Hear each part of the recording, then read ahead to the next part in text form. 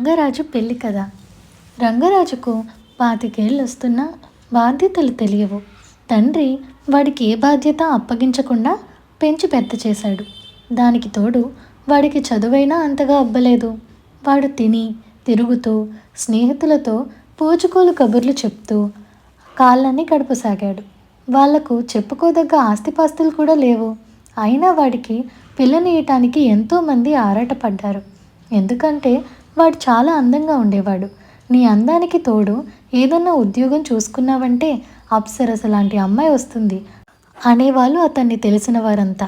మా నాన్న సంపాదనతో ఇంకో మనిషిని పోషించలేకపోతామా అనేవాడు రంగరాజు. పని చేయటం మాట వింటే వాడికి తేళ్ళు జరులు పాకినట్టుండేది. ఇలా ఉండగా ఒకనాడు రంగరాజు స్నేహితుడు పొరుగుళ్ళో ఏదో సంబంధం ఉన్నదని తెలిసి చూసి వచ్చి తన అనుభవం ఇలా చెప్పాడు. పిల్ల అప్సరస, కట్టుకుపోయినంత ఆస్తికి వారసురాలు. కానీ పిల్ల తల్లి దుర్గమ్మ తన కూతురి అందానికి నేను తగనని నా మొహానే అనేసింది. నువ్వు వెళ్ళి చూడు, ఆ పిల్లను చేసుకోగలిగితే నీకు ఉద్యోగం కూడా అక్కర్లేదు, హాయిగా ఇల్లరిక ఉండిపోవచ్చు అని అన్నాడు. రంగరాజుకు ఈ ఆలోచన బ్రహ్మాండంగా నచ్చింది. మర్నాడు వాడు తండ్రికి కూడా చెప్పకుండా పొరుగురు వెళ్ళాడు. దుర్గమ్మ ఇల్లు తేలికగానే దొరికింది. రంగరాజు తలుపు తట్టగానే దుర్గమ్మ స్వయంగా వచ్చి తలుపు తీసి, ఎవరు నువ్వు?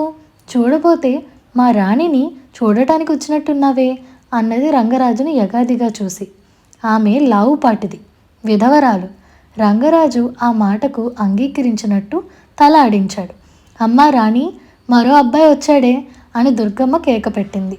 రాణి తాను చదువుకుంటున్న పుస్తకంతోనే యువతలకు వచ్చి మళ్ళీ పెళ్లిచూపులా అని విసుక్కున్నది. రంగరాజు ఆ పిల్ల అందం చూసి కరిగిపోయాడు.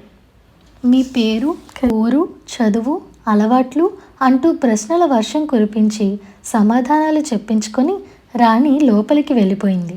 ఇక నువ్వు వెళ్ళు బాబు, మా ఉద్దేశం తర్వాత తెలియచేస్తాం అన్నది దుర్గమ్మ రంగరాజుతో. ఆ ఇంటి వైభవము, రాణి అందచందాలు చూసినాక రంగరాజుకు తన అదృష్టంలో నమ్మకం చిక్కలేదు. కానీ వారం రోజుల తర్వాత దుర్గమ్మ ఎవరితోనో కబురు పంపింది. అబ్బాయి నచ్చాడు, ముహూర్తం పెట్టించండి అని. రంగరాజు ఎగిరి గంతేశాడు. రంగరాజు గాడి రొట్టె విరిగి నేతిలో పడిందని అందరూ అసూయపడ్డారు. కలిగిన సంబంధం, పిల్లాస్తంతా మీదే, కట్నాలు కానుకలు అంటూ నోరు జారి సంబంధం చెడగొట్టుకోకండి అని అందరూ రంగరాజు తండ్రిని గట్టిగా హెచ్చరించారు. నెల తిరగకుండానే రంగరాజు పెళ్లి వైభవంగా జరిగిపోయింది. 4 రోజులుండి ఇతర బంధువులతో పాటు రంగరాజు తండ్రి కూడా వెళ్ళిపోయాడు. అత్తగారు తనను ఇల్లరికం ఉండిపోమ్మంటుందని రంగరాజు ఎంతో ఆశపడ్డాడు. కానీ దుర్గమ్మ అలాంటిదేవి అనకపోగా, ఇది విన్నావా అల్లుడు, మునసబు గారి రెండో అల్లుడు నెలకు 15 రోజులు అత్తవారింట్లోనే తిష్టవేసి గేదెలా మేస్తాడట, నేనైతేనా తన్ని తరిమేస్తాను అన్నది. మాటల సందర్భంలో రంగరాజుకు తల తిరిగినట్టయింది. అత్తకు తనను ఇల్లరికం ఉంచుకునే ఆలోచన ఏ కోసానా ఉన్నట్టు లేదు. వాడు 2 రోజులు ఆగి తెలివిగా దుర్గమ్మతో, ఈ పెద్దతనంలో మీరు ఒంటరిగా ఎలా ఉంటారు, మాతో పాటు వచ్చేయండి అత్తయ్య అన్నాడు. అదేం మాట, ఎవరు ఎక్కడుండాలో అక్కడే ఉండాలి, గట్టిగా 50 నిండలేదు, అప్పుడే ఏం వయసు ముంచుకొచ్చింది నాకు, రేపు మంచి రోజు, మీరు బయలుదేరండి అన్నది దుర్గమ్మ ప్రయాణ సన్నాహాలు ఆరంభిస్తూ. విధి లేక రంగరాజు రాణిని తీసుకుని ఇంటికొచ్చేశాడు. ఇన్నాళ్ళు ఒంటరివాడు కనుక ఏ చీకు చింత లేకుండా బతికేశాడు.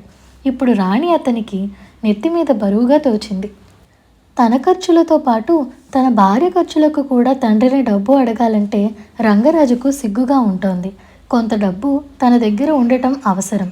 అత్తగారి దగ్గర నుంచి ఏదో విధంగా కొంత డబ్బు రాబట్టాలి. ఏదైనా వ్యాపారం చేస్తాను, మీ అమ్మని అడిగి 5,000 పట్టుకురా అన్నాడు వాడు రాణితో. రాణి విరగబడి నవ్వి, ఇసుక పిండితే నూనె బొట్లు రాలుతాయేమో కానీ మా అమ్మ చేతి నుంచి పైసా మాత్రం రాలదు అన్నది. అయినా ఆశ చావక రంగరాజు వ్యాపారం చేయటానికి తనకు 5,000 కావాలని ఎవరి ద్వారానో అత్తకు కబురు పెట్టాడు. పైసా లేనివాడికి వ్యాపారం ఎందుకు, చెత్త కుప్ప మీదకి చెత్తే వచ్చి పడుతుంది, డబ్బు కూడా డబ్బున్న వాడి దగ్గరికే వస్తుంది, ఉద్యోగం ఏదైనా చూసుకోమను, బంగారం లాంటి పిల్లనిచ్చాను, ఇక నా నుంచి ఏమీ ఆశించవద్దని చెప్పు అని దుర్గమ్మ రంగరాజు పంపిన మనిషితో అన్నది. ఈ వార్త చేరగానే రంగరాజు నవనాడులో కుంగిపోయాయి. ఇక తాను బద్దకించి లాభం లేదు. సంపాదించని మగాడు కట్టుకున్న భార్యకు కూడా లోకువైపోతాడు. బతికినంత కాలము ఎవరి మీదనో ఆధారపడి ఆత్మాభిమానం లేకుండా బతకడం చాలా నీచం. రంగరాజు నెల రోజుల పాటు దీక్షగా తిరిగి ఉద్యోగం సంపాదించాడు. ఇప్పుడు వాడికి జీవితం హాయిగా ఉన్నట్టు అనిపించింది. ఇది వరకు రోజు గడవటం చాలా నింపాదిగా గడిచేది. ఒక్కోసారి విసుగెత్తేది. ఇప్పుడు విసుగు లేదు, ఉత్సాహం వచ్చింది. రంగరాజు ఏడాది గడిచేసరికి తండ్రి అయ్యాడు. మనవరాలిని చూడటానికి వచ్చిన దుర్గమ్మ మనవరాలి మెడలో బంగారు గొలుసు వేసి, అల్లుడు, నువ్వు మారావు, నాకు చాలా సంతోషంగా ఉంది. నువ్వు చూడటానికి అందంగా ఉన్నావు. నీ కుటుంబం మంచిదని వాకబు చేస్తే నువ్వు పరమ బద్ధకస్తుడివని, బాధ్యత తెలిసిన వాడివి కాదని తెలిసింది. బరువు మీద పడితే బాధ్యత అదే తెలుస్తుందిలేమ్మని నీకు పిల్లనిచ్చి చేశాను. నీ బద్ధకం బదలకొట్టడానికే డబ్బు విషయంలో అంత ఖచ్చితంగా ఉన్నాను. ఈ ఆస్తి నేనేం కట్టుకుపోతానా, ఇదంతా నీదే అన్నది. రంగరాజు ఆమెతో, నా సంపాదన మా కుటుంబం సుఖంగా గడవడానికి సరిపోతుంది. మీకు అంతగా ముచ్చట్లు ఏమైనా ఉంటే మీ మనవరాలికే ఇచ్చుకోండి అన్నాడు ఆత్మవిశ్వాసంతో. ఇదండి ఇవాల్టి కథ. ఈ కథ మీకు ఎలా అనిపించిందో మాకు కామెంట్ సెక్షన్లో చెప్పండి. అలాగే మీకు ఈ వీడియో నచ్చినట్లయితే like, share, subscribe to Priya stories Telugu. Thank you for watching.